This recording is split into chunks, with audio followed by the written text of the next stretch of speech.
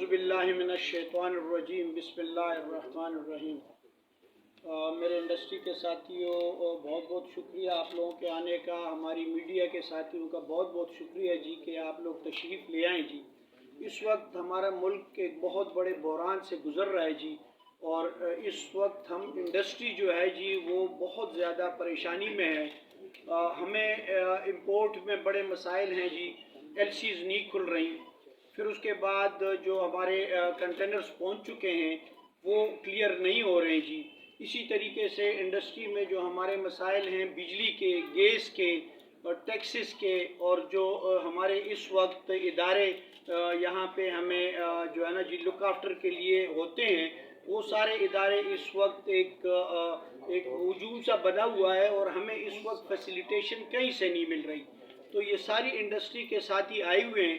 चूँकि वफाकी गवर्नमेंट भी नई बन गई है, सूबाई गवर्नमेंट भी नई बन गई है, तो उससे ताकि हम अपनी मीडिया के तवस्सुत से ये रिक्वेस्ट करें कि खुदारा आप लोग इस इंडस्ट्री का ख्याल करें। यही इंडस्ट्री आपको रेवेन्यू जनरेट करके देती है, यही इंडस्ट्रीज़ जो है जी मुलाजिमतें देती हैं, यही इंडस्ट्री जो है ना इस मुल्क के तमाम मामलात को चलाती हैं। जब हम आपको टैक्स अदा करते हैं उस पर ये मुल्क चलता है। इसी तरीके से जब हम प्रोडक्शन करते हैं तो वो हम एक्सपोर्ट करते हैं, इससे आपके मुल्क को रेवेन्यू आता है, डॉलर्स आते हैं, जिससे आपके मुल्क का सारा निज़ाम चलता है। तो ये मेहरबानी करके इस वक्त हमारी इंडस्ट्रीज़ के तरफ तवज्जो दी जाए और उसमें हमें जो मसाइल हैं उसको हल किया जाए। सबसे पहले मसला जो है जी सबसे पहले मसला जो है जी वो ये आ रहा है जी कि इस वक्त अभी हमारे चूँकि पाकिस्तान वनस्पति एसोसिएशन के चेयरमैन पाकिस्तान की सतह पे शेख रज़ाक साहब आ गए जी, तो ये भी उस पर रोशनी डालेंगे। इस वक्त हमारे यहाँ घी नहीं आ रहा, क्योंकि वो क्लियर नहीं हो रहा जी, इसी वजह से कि वहाँ LCs नहीं हो रही। और अगर फ़र्ज़ करें हमारे आ गए जी तो पोर्ट पे वो कंटेनर्स खड़े हैं, उनको क्लियर नहीं किया जा रहा। इसी तरीके से उस पर डैमरेजेस आ रहे हैं जी। बाकी बिजली का मसला, इस वक्त हमें पेस्को की तरफ से इतने मसाइल आ रहे हैं जी कि बिजली हमें इस वक्त जो मिल रही है वो बहुत ज़्यादा ट्रिपिंग हो रही है, बहुत ज़्यादा जो है ना जी हमें बिजली की तरफ से भी मसाइल आ रहे हैं जी। मैं इसके दावत दूंगा हमारे कादर महमूद साहब को कि मज़ीद उस पर कादर महमूद साहब प्लीज़ रोशनी डालें जी। सर माइक ये वाला करो माइक।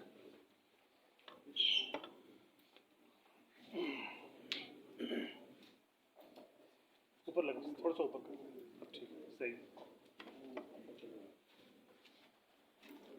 बिस्मिल्लाहिर्रहमानिर्रहीम। सबसे पहले मैं तमाम अपने इंडस्ट्रियलिस्ट भाई जो है उनका शुक्रिया अदा करता हूँ, यहाँ पे अपना कीमती वक्त निकाल के यहाँ पे आए। मीडिया के तमाम दोस्त जो है उनका भी शुक्रिया अदा करता हूँ कि वो इतनी मसरूफियात के बावजूद बड़े शॉर्ट नोटिस के ऊपर यहाँ पे तशरीफ़ लाए। कहना मैं ये चाहता हूँ कि जैसे कि हम सब लोगों को मालूम है कि इस वक्त मुल्क इंतहाई नाजुक सूरत हाल से गुजर रहा है। वैसे तो लोग अक्सर ये जोक करते हैं कि पिछले 70 साल से ही हम नाजुक सूरत हाल से हैं या 74 सूरत साल से ही, लेकिन बदकिस्मती से इस वक्त वाकई हमारे मुल्क की जो इकनॉमिक कंडीशन है वो इंतहाई बुरी है। और उसके लिए हम सब लोगों को अपने ज़ाती मुफादात और इससे ऊपर उठ के सोचना होगा, क्योंकि इस वक्त तक जो हालात मुल्क के हो चुके हैं तो खुदा न खास्ता कोई बड़ा हादसा हो सकता है, डिसइंटीग्रेट हो सकता है। क्योंकि रशिया जैसी बड़ी कुव्वत जिसके पास के हमारे से कई हज़ार गुना ज़्यादा एटॉमिक वेपन थे, वो भी आपको पता है कि जब उसकी इकनॉमिक कंडीशन ख़राब हुई तो वो भी ख़त्म हो गया।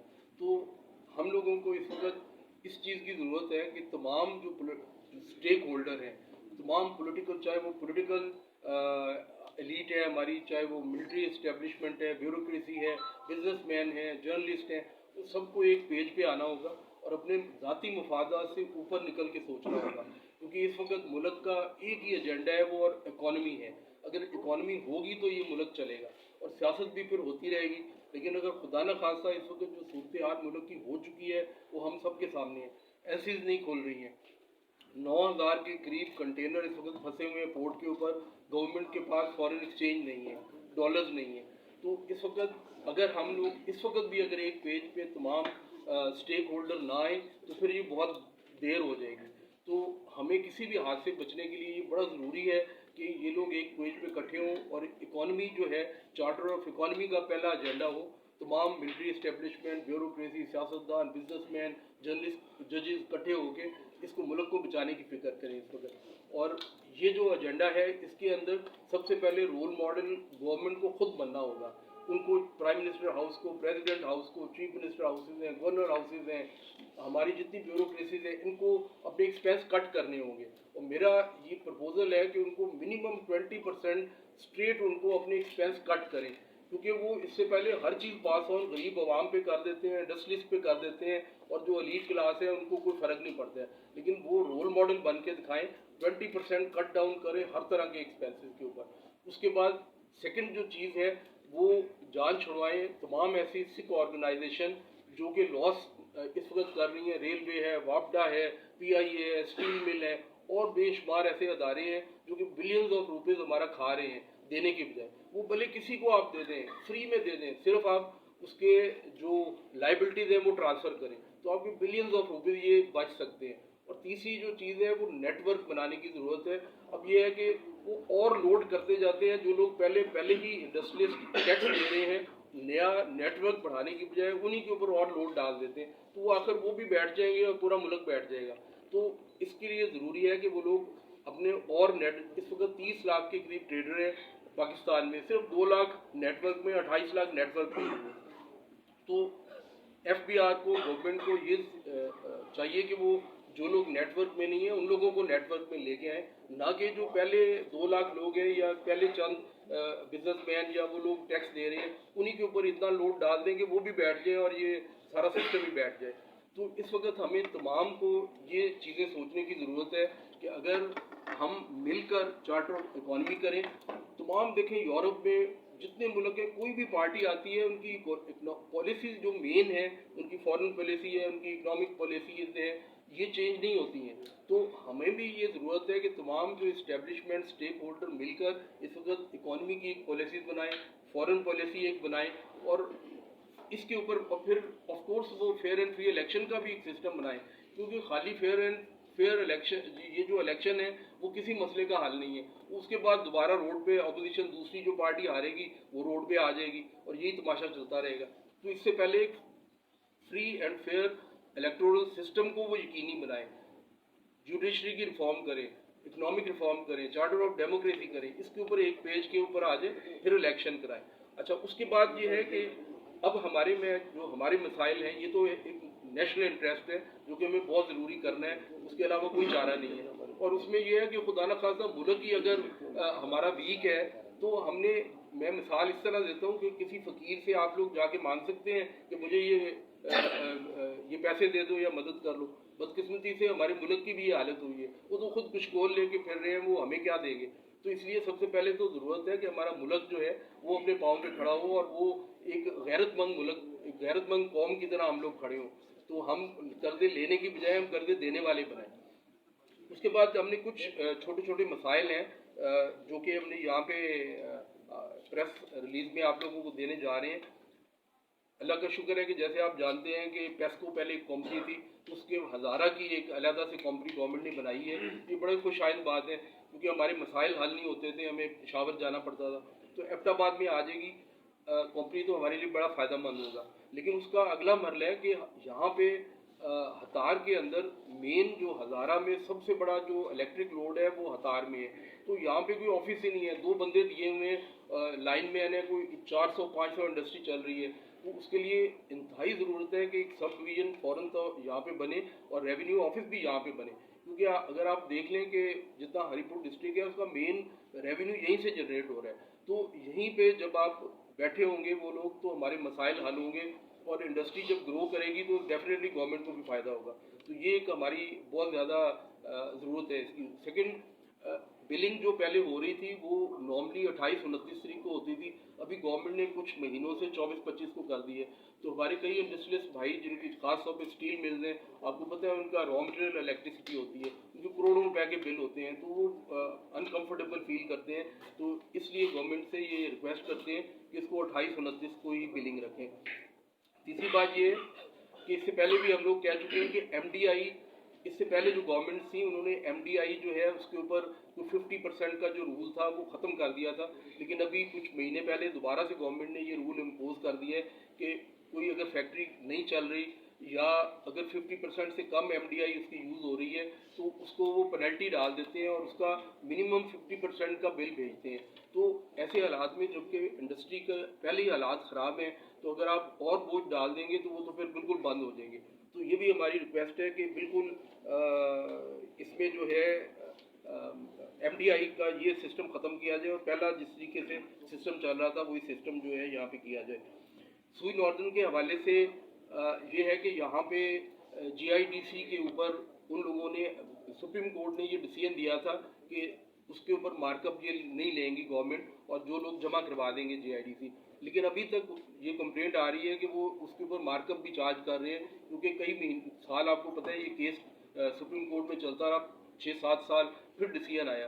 तो इतना बड़ा अगर मार्कअप वो अगर लेंगे तो पहले ही हालात बड़े ख़राब हैं इंडस्ट्री के, तो इसलिए ये हम लोग मार्कअप के ऊपर मार्कअप लग रहा है जी, कंपाउंड इंटरेस्ट सूद लग रहा है, और वो रेट एनहेंसमेंट पे भी जो मार्कअप था वो भी उसके ऊपर मार्कअप लग रहा है जी।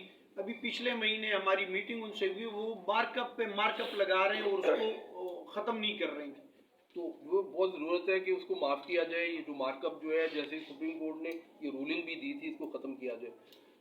उसके बाद इलेक्ट्रिक के हवाले से यहाँ पे इलेक्ट्रिक लोड का बहुत मसला है और बिल्कुल ग्रिड के अंदर गुंजाइश नहीं है कि कोई भी फैक्ट्री अगर एक्सपेंड करना चाहती है या कोई नया यूनिट लगाना चाहते हैं तो लोड अवेलेबल नहीं है।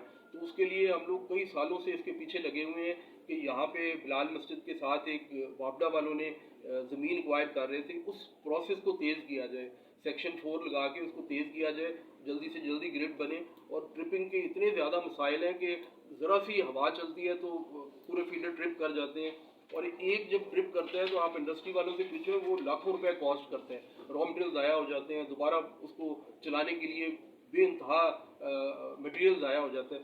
तो ये ट्रिपिंग वगैरह ख़त्म करने के लिए नया लोड जो है उसकी अशद ज़रूरत है कि जल्दी जल्दी ये ग्रिड जो है ये बनाया जाए। उसके बाद बिस्किट के जो फैक्ट्रीज हैं इनके हवाले से यहाँ पे काफ़ी फूड इंडस्ट्री है, 3-4-5 बिस्किट काफ़ी बड़ी फैक्ट्रीज भी चल रही हैं। आपको पता है आटे और मैदे का एक बहुत बड़ा क्राइसिस चल रहा है। बदकिस्मती से यहाँ पे हुकूमतें जो हैं उन्होंने आपस में सियासी रिफ्ट की वजह से यहाँ बैन लगा दिए हैं।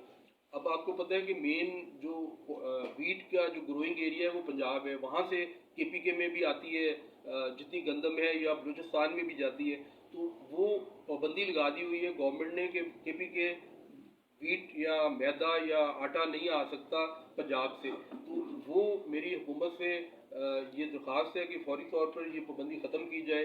इसकी वजह से जहाँ पे ये बॉर्डर है पंजाब का, इस तरफ 500 रुपये बैग ज़्यादा है, उधर हम चले जाएं तो वो उसका रेट कम है।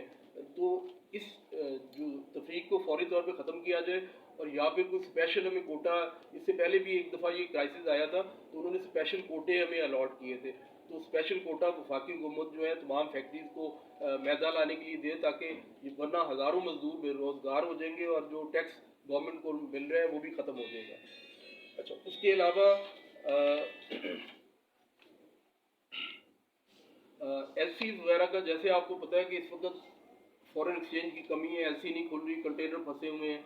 अब उसमें ये अजीब सी पॉलिसी है कि अगर आप एलसी नहीं खोलते हैं तो इंडस्ट्री जब बंद हो जाएगी तो आपको टैक्स भी नहीं मिलेंगे, आपको सेल टैक्स नहीं मिलेगा, आपको इनकम टैक्स नहीं मिलेगा, आपको ड्यूटीज़ नहीं मिल रही। तो ये तो हम एक और जो मुसीबत में फंसते चले जाएंगे। तो ये इसका कोई हल नहीं है। उसका हल ये है कि फौरी तौर पे ये सर जोड़ के बैठें और इसको मसले को कोई ऐसा हल निकाले जो कि वाइबल हो, क्योंकि अगर फैक्ट्रियाँ जिस वक्त आपको पता है इसको बड़ी तेज़ी से रॉ मटेरियल डिप्लीट हो रहे हैं, जो लोग मिनिमम लेवल अपने जो है वो कंज्यूम कर रहे हैं, नई एलसी नहीं खुलेंगी, मटेरियल नहीं आएंगे। हर इंडस्ट्री का कोई ना कोई ऐसा पार्ट होता है, जो ऐसा मटेरियल होता है जो उसमें इम्पोर्टेड आ रहा होता है। और आपको पता है जब एक गाड़ी के सारे पुर्जे मुकम्मल नहीं होते तो गाड़ी नहीं चलती है। इसी तरह एक इंडस्ट्री में जब सारा रॉ मटेरियल, सारी रेसिपीज वो पूरी नहीं होती, कि एक भी छोटी सी चीज़ भी उसमें मौजूद नहीं है तो वो आपकी प्रोडक्शन नहीं हो सकती है। अब वो कंटेनर फंसे हुए हैं, नई एलसीज नहीं खोल रही हैं, तो अल्टीमेटली अभी तक जो 1-2-3 महीने से जो चल रही हैं वो भी सिर्फ इस वजह से चल रही हैं, उनको मिनिमम लेवल सब ने रखे होते हैं इंपोर्टेड आइटम के 2-3 महीने के, अब वो ख़त्म हो रहे हैं बड़ी तेज़ी से। जिस तरह के हाजी साहब ने अभी बताया, ऑयल ख़त्म हो रहा है, जो कुकिंग ऑयल है उसकी एलसीज नहीं खुल रही हैं। अगर कुकिंग ऑयल नहीं आएगा तो यहाँ पे एकदम से पता है सुपर इन्फ्लेशन आ जाएगी, बेइंतहा घी महंगा हो जाएगा, ऑयल महंगा हो जाएगा। इसी तरीके से जब मटेरियल नहीं मिलेंगे सारी इंडस्ट्री बंद हो जाएगी। तो मतलब ये बड़ा सर जोड़ के बैठने की ज़रूरत है और इस मसले का एक पायदार हल निकालने की ज़रूरत है, और ये IMF से भी जान छुड़ाने की ज़रूरत है। ये IMF जो है ये 22वां प्रोग्राम है इस वक्त हुकूमत पाकिस्तान का। IMF जो है ये बेसिकली एक एमरजेंसी रिलीफ या इंटरम रिलीफ का एक तरीका होता है, और ये इसलिए दिया जाता है कि आप अपना हाउस इन ऑर्डर कर लें। लेकिन बदकिस्मती से हमारी हुकूमतों ने वतीरा बना लिया है, किसी को एक पार्ट बना लिया है अपने इनकम का, लेकिन ये कब तक चल सकता है। तो इसीलिए मैंने शुरू में भी ये कहा था कि तमाम स्टेक होल्डर मिल के बैठें और इसका कोई हल निकालें कि हमने किस तरीके से इससे जान छुड़ानी है और अपनी इकनॉमिक रिफॉर्म करनी है। तो ये मेरा एक एजेंडा है। तो मैं रज़ाक साहब को जो है ना जी, ये रज़ाक साहब हमारे पूरे पाकिस्तान के PVMA के चेयरमैन है जी, तो ये प्लीज़। बिस्मिल्लाहिर्रहमानिर्रहीम। यहाँ पे हमारे माशाल्लाह बड़े सीनियर इंडस्ट्री के भाई बैठे हैं, मीडिया के लोग बैठे हैं। मेरा ख्याल है आज 255 रुपये का इंटरबैंक डॉलर हो गया इसको, और इस वक्त तो हमें जो ये पड़ी हुई है कि जी हमारी जो इम्पोर्ट के डॉक्यूमेंट्स हैं बैंक हमें दे नहीं रहे, जिसके लिए हम चाहेंगे वज़ीर आज़म साहब को नोटिस लें, साहबदार साहब दें, स्टेट बैंक गवर्नर दें। अगर ये चीज़ें अगर ऐसे ही 1-2 हफ्ते चली तो पहले सर पे रमज़ान खड़ा हुआ है। बिजली के मसाइल अपनी जगह हैं, वो तो हैं ही हैं, GIDC भी है, मतलब गवर्नमेंट के हमने सारे बातें मानने के बावजूद अभी भी हमारे सर पे तलवार लटक रही है GIDC। लिहाजा मैं तो ये दरख्वास्त करूँगा बज़रिया मीडिया कि ये प्राइम मिनिस्टर साहब खुद नोटिस लें, स्टेट बैंक के गवर्नर लें, वज़ीर ख़जाना साहब लें। जो जायज़ बात है, जो बैंकों ने एलसीएं खोली हुई हैं सबकी, उनके डॉक्यूमेंट्स दें, उनके पास पैसे पड़े हुए हैं लोगों के पास। अगर ये हालात बने तो ये तो अफरा तफरी बन जाएगी मुल्क में।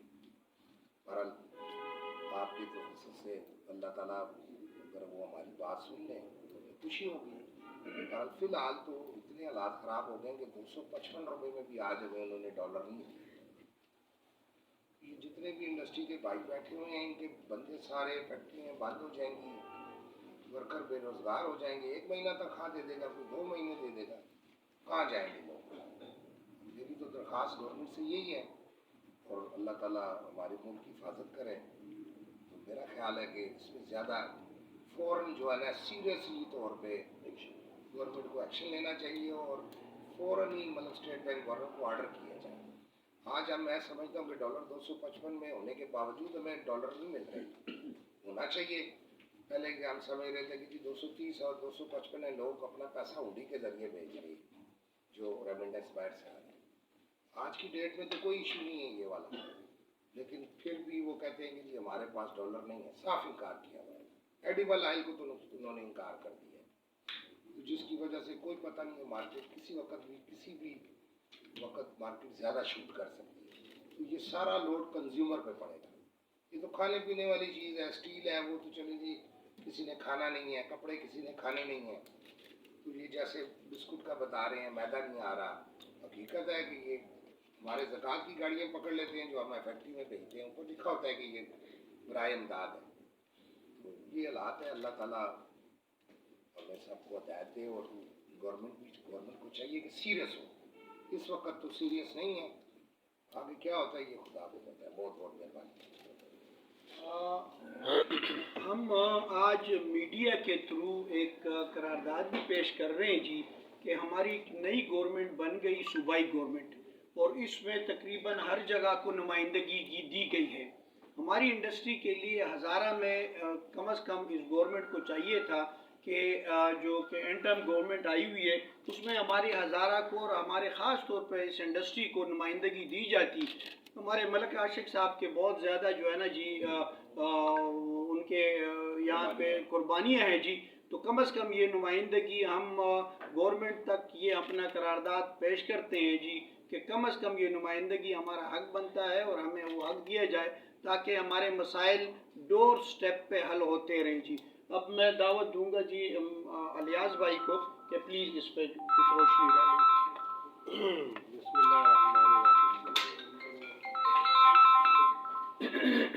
मुल्की हालात जो भी चल रहे हैं आप सबको पता ही है कि डॉलर शॉर्ट है, दिन ब दिन रॉ मटेरियल शॉर्ट होते जा रहे हैं। गवर्नमेंट से और आप भाइयों से रिक्वेस्ट है कि हमारी आवाज़ उन तक पहुँचाएँ कि जो भी रॉ मटेरियल इंडस्ट्रियल यूज़ के लिए उनकी एलसीओ को ओपन किया जाए और जो कंटेनर वहाँ पे रुके हुए हैं वो क्लियर किए जाए ताकि ये जो अफरा तफरी की जो अभी फिजा बनी हुई है ये कम अज़ कम ख़त्म हो। इस वक्त इंडस्ट्रियल केमिकल और इंडस्ट्रियल रॉ मटेरियल की ये पोजीशन है कि रोज़ाना का रेट जिसके पास स्टॉक पड़ा हुआ है वो अपनी मर्जी से रेट निकाल रहा है। रोज़ाना कुछ बढ़ा देता है, कुछ 50 बढ़ा देता है और अफरा तफरी की हालत अभी भी चल रही है, ये नहीं कि नहीं चल रही है। हमारी तो गवर्नमेंट से यही रिक्वेस्ट है कि कम अज़ कम इंडस्ट्री के जो रॉ मटेरियल है उनकी एलसीज और जो कंटेनर वहाँ पे ब्लॉक पड़े हुए हैं वो क्लियर करवा दें ताकि जो अफरा तफरी है जो मुल्क में जो जान की कैफियत तारी हुई है वो ख़त्म हो जाए। इससे काफ़ी लोगों को मिलेगा, रिलीफ भी मिलेगा और ये जो टैक्सेस के मामलात हैं रिकवरी या जो भी शॉर्ट फॉल है कम अज़ कम जिन इलाकों में एग्जम्पशन है टैक्स की उनका बोझ भी हम पे पड़ा हुआ है जो ऑलरेडी टैक्स दे रहे हैं 1,00,000 2 लाख कंज्यूमर, वो टैक्स उन पे लगा दिया जाए ताकि हम पे बोझ कम हो और गवर्नमेंट की टैक्स कलेक्शन बढ़ जाए। जो एग्जम्पशन शुदा एरिए हैं वैसे ही 2023 में ख़त्म हो रहे हैं, कहीं उसको मज़ीद एक्सटेंशन दे दें ताकि वो आगे भी 5 साल एंजॉय करें। और ये चंद लोगों के हाथ में है, ये नहीं कि वो पूरे पाकिस्तान में वो टैक्स एग्जम्पशन है, चंद एरिए और चंद लोग इससे फ़ायदा उठा रहे हैं। अगर वो टैक्स एग्जम्पशन मिल भी रही है तो वो आवाम तक तो नहीं जा रही, ये तो लोगों की जेबों में जा रही है। अब यहाँ पे अगर स्टील या कोई भी आइटम 200-250 रुपये केजी है तो वहाँ पे तो 25-30% कम होना चाहिए, तो वहाँ पे भी आवाम को उसी रेट पे मिलती है जहाँ पे टैक्स एरिए है। तो टैक्स एग्जम्पशन एरिए अभी फौरी तौर पर ख़त्म किए जाएँ ताकि जिससे गवर्नमेंट का रेवेन्यू भी बढ़ेगा और बाकी इंडस्ट्री को भी चलने में सहूलत होगी ताकि उनके जो मसले मसाइल है या टैक्स में जो वो रिलीफ मिल सकती उनको मिले। शुक्रिया। फैसल अतीक भाई प्लीज़, फिर उसके बाद हाउस ओपन करते हैं। बिस्मिल्लाहिर्रहमानिर्रहीम। मैंने तवज्जो इस तरह करानी थी अपने मीडिया भाई के तवज्जो से कि गवर्नमेंट जो फैसले करती है वो वन साइडेड फैसले कर रही है, उनको चीज़ों का इतना अंदाज़ा नहीं होता, ग्राउंड रियलिटीज़ का अंदाज़ा नहीं होता, अब वो फैसले कर दे और इम्प्लीमेंट कर देते हैं। मेरी गुजारिश ये है कि गवर्नमेंट जो फैसले करे, जैसे इस पर मुश्किल हालात हैं इससे कोई इनकार नहीं है, लेकिन जो फैसले करें उसमें स्टेक होल्डर को अपने साथ शामिल करें। हम आपके साथ हैं, हम भी पाकिस्तानी हैं, पाकिस्तान को चलाना है, हमने भी आपके साथ, लेकिन वन साइडेड फैसलों को गवर्नमेंट को अवॉइड करना चाहिए और जो स्टेक होल्डर है उनको अपने साथ बिठाएं, उनके मसलों को समझें ताकि एक सही रास्ता इख्तियार किया जा सके। बहुत बहुत शुक्रिया जी। मलिक जलील भाई जी प्लीज़ आ जाएंगे। मलिक जलील भाई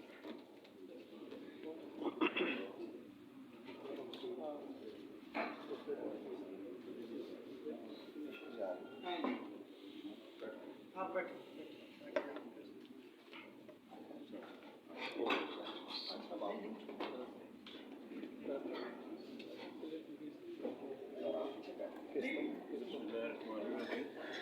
जो मुल्की मसाइल चल रहे हैं जी उस पर सब भाइयों ने बड़ी तफसील से इस पर रोशनी डाली है, लेकिन मेरी एक प्रपोज़ल है गवर्नमेंट को कि जो इंडस्ट्रियल रॉ मटेरियल है उसका एक सब स्टेक होल्डर के साथ बैठ के एक टारगेट सेट कर लें कि जी जो कोई 50% कर रहा था तो उसको 20% कोटा दें, किसी को 25% दें, किसी को 80% दें, जो नेसेसरी आइटम्स हैं उनको ज़्यादा करें, जो अननेसेसरी हैं उसको थोड़ा कम कर दें। तो इस पे बैठ के ये मसले मसाइल हल हो सकते हैं। अगर सारे वन साइडेड फैसले होंगे तो वो फिर इंडस्ट्री और इस मुल्क का इकनॉमिक सिस्टम चलना जो है वो इंतहाई मुश्किल है। तो इस पे सब स्टेक होल्डर्स को बिठाएंगे और इस पे ये फैसला करेंगे। हाँ जी इल्ताफ भाई प्लीज। इल्ताफ भाई पूछिए।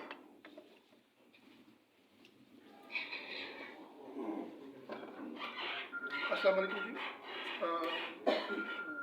हम हतार स्पेशल इकोनॉमिक जोन से आए हुए हैं और वहाँ एक नई इंडस्ट्री बन रही है, नई इंडस्ट्री लग चुकी है। हम स्टार्ट कर चुके हैं फैक्ट्री को स्टार्ट करने में, लेकिन प्रॉब्लम अब ये है कि वहाँ ये मसला हुआ है, ये जो LCs का प्रॉब्लम है, सारे कंसाइनमेंट्स आकर कराची में फंसी हुई है, जिसकी वजह से कंटेनर रिलीज़ नहीं हो रहे और कंटेनर रिलीज़ नहीं हो रहे चूँकि हमारी फैक्ट्री नहीं है। तो जो गैस का लोड हमने उठाया हुआ है उस पर भी यहाँ पे वो जो फिक्स चार्जेस है वो 2 मिलियन पर मंथ वो भी हम पे कर रहे हैं और जो कंटेनर आए हुए हैं उसमें जो THC या हैंडलिंग चार्जेस वगैरह या पोर्ट चार्जेस या जो कंटेनर के डैमेजेस वगैरह हैं वो भी हमें मार रही है। तो स्टार्ट में जब इतनी चीज़ें से आपको हर इदारा आपको पैसों उधर क्या कहते हैं आपको ख़राब कर रहा है, या आपका THC जो आपको चार्जेस है वो, फिर आपके जो पोर्ट चार्जेस है वो आपको ख़राब कर रहे हैं, फिर कंसाइनमेंट जो आ रही है कंटेनर के जो चार्जेस है वो भी आपको कर रहे हैं। तो स्टेट बैंक के पास डॉलर है नहीं। अभी मैंने सुना है कि उन्होंने कोई एक नोटिफिकेशन जारी की जिसमें उन्होंने कहा कि आप कहीं से भी अरेंज कर लें, डॉलर अरेंज करके दे दें और हमें से कोई वो नहीं है। लेकिन उसका भी कोई तरीकाकार अभी तक वाज़ेह नहीं है कि अगर हम वही डॉलर अरेंज कर लेते हैं, कुछ अरेंजमेंट होकर वो कंसाइनमेंट में क्लियर कर लेते हैं, तो आया कि कल हमें बिहार से कोई प्रॉब्लम तो नहीं बनेगा, तो हम उसमें तो ये मनी लॉन्ड्रिंग में तो नहीं आ जाएंगे। ये ना कि हम कहीं से पैसों का अरेंजमेंट कर लें और वो हम मनी लॉन्ड्रिंग के केस में फंस ना जाए। तो उसकी भी अभी तक उन्होंने कोई वो क्लियर नहीं किया। तो गवर्नमेंट से अपील है प्लीज़ इन चीज़ों को क्लियर कर दें। अगर हम पैसे कहीं से अरेंज करके उनको दे दें, कंपनीज को अपने डॉक्यूमेंट रिलीज़ कर देते हैं, तो उसका क्या तरीकाकार होगा, वो कोई तरीकाकार भी अभी तक वाज़ेह नहीं है। तो लेट्स सी कि हुकूमत क्या करती है। इस वक्त हुकूमत का पता भी नहीं है हुकूमत किसकी है, कौन है।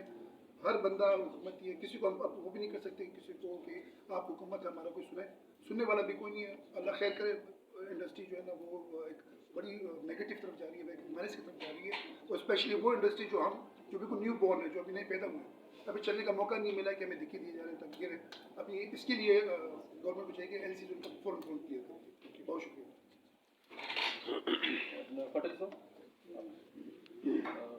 हाउस ओपन करते हैं और कोई भाई भी कोई बात करना चाहते हो तो। सर LCs ना खोलने की वजह से एक तो आपने कहा कि ऑयल इंडस्ट्रीज जो है वो बंद होने के करीब पहुंच चुकी है। इसके अलावा जो LCs ना खुलने की वजह से फैक्ट्री मुतासर हो सकती है, जो प्रोडक्ट मुतासर हो रही है वो कौन कौन सी है, मतलब कौन कौन सी फैक्ट्रीज जो है डायरेक्ट जो है LCs ना खुलने से मुतासर हो रही है। देखिए LC जो है ना जी, इसका ताल्लुक पूरे मुल्क की हर इंडस्ट्री के साथ है।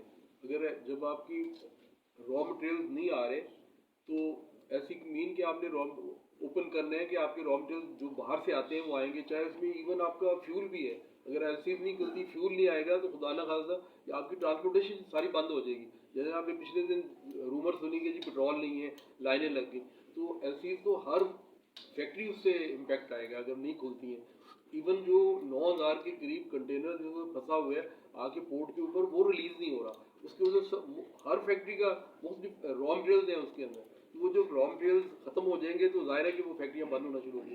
ये तो डैमेज और डिटेंशन वो अलग पड़ रही है, तो वो तो बहुत ज़रूरी है। और दूसरा ये मिसमैनेजमेंट है। मैं पहले भी कहा, देखें सिंगापुर एक मुल्क है 32 किलोमीटर ज़रब 27 किलोमीटर का, दुनिया के जो इस वक्त अमीर तरीन ममालिक में शामिल है, G20 में शामिल है। तो और उसके रिजर्व हमसे कई 100 गुना ज़्यादा हैं। तो जापान जो है उसके पास कुछ भी नहीं है, दूसरी इकॉनमी दुनिया की रही है, आज तीसरी या चौथी इकॉनमी है, उसके पास कोई रिसोर्सेज नहीं है। अल्लाह ने हर चीज़ दी हुई है पाकिस्तान में, यहाँ पे किसी चीज़ की कमी नहीं है, सिर्फ मिसमैनेजमेंट है। तो इसको मैनेजमेंट को स्टेक होल्डर तमाम मिले, एक पेज पे आए, चार्टर ऑफ इकॉनमी करें, चार्टर ऑफ डेमोक्रेसी करें, जुडिशरी की रिफॉर्म करें, मसलन ये इलेक्टोरल रिफॉर्म करें, तो तभी ये मसले हल हो सकते हैं। और ये बड़े ज़रूरी है ये करना। अगर आप नहीं आएगा तो बहुत देर हो जाएगी। Thank you sir. Thank you. हाँ जी, और इसमें थोड़ा सा एक और ऐड करना है।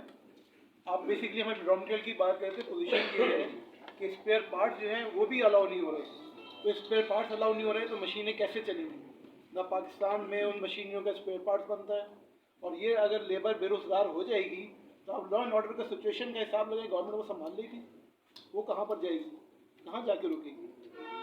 ठीक, आप ये एक सजेशन क्वेश्चन है, जिस तरह यहाँ बात की गई कि गवर्नमेंट को चाहिए कि जो स्टेक होल्डर्स को साथ लेके फैसले करें, तो जैसे आज हम यहाँ इंडिविजुअली एक तरह से एसोसिएशन में जो है ये मीटिंग कॉल की और बातचीत हो रही है, तो अगर ये कलेक्टिव एक एफर्ट इस तरह की जाए कि जो मुख्तलिफ बिजनेस फोरम्स हैं उनके नुमाइंदे एक दो नुमाइंदे जो है वो एक वफद की सूरत में वज़ीर ख़जाना को मिल के उनसे उनको अपनी तजावीज़ देने की किस तरह इन हालात को बेहतर किया जा सकता है, तो शायद ज़्यादा इफेक्टिव वो एफर्ट होगी।